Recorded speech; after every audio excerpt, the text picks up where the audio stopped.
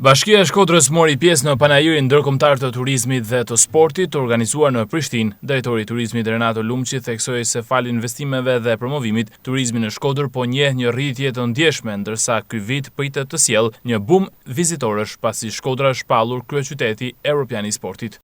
Shkodra po paraqet ofertën e saj turistike, ku sot më shumë se asnjëherë Shkodra tashmë orientuar edhe nga investimet drejt turizmit, ka një kërkesë të shtuar për pjesëmarrje të vizitorëve në qytetin e Shkodrës. Shkodra ka mikpritur mirëja vizitor, por tani me këto investime që janë duke u bërë edhe me qytetin evropian të sportit që Shkodra ka fituar të vit, do ketë shumë aktivitete që do ketë pjesëmarrës nga e gjithë bota, kuadër këtyre aktiviteteve sigurisht edhe për të vizituar atraksionet e mrekullueshme të Shkodrës. Organizatori i panajirit Blerim Kullashi dhe kryetari i Odës së Hotelerisë dhe Turizmit të Kosovës Hysen Zogojeva dhanë lajmin se së shpejti do të nënshkruhet një marrëveshje bashkëpunimi me Bashkinë e Shkodrës me synim zhvillimin e përbashkët të sektorit të turizmit dhe hotelerisë. Kënaqësi e veçantë që Shkodra, të kemi Bashkinë e Shkodrës që të promovoj atraksionet turistike që i ka regioni i Shkodrës,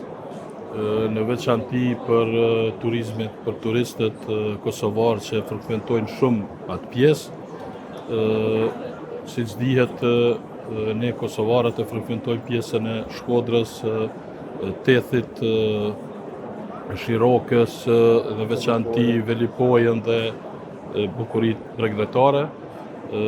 Kjo me këtë rast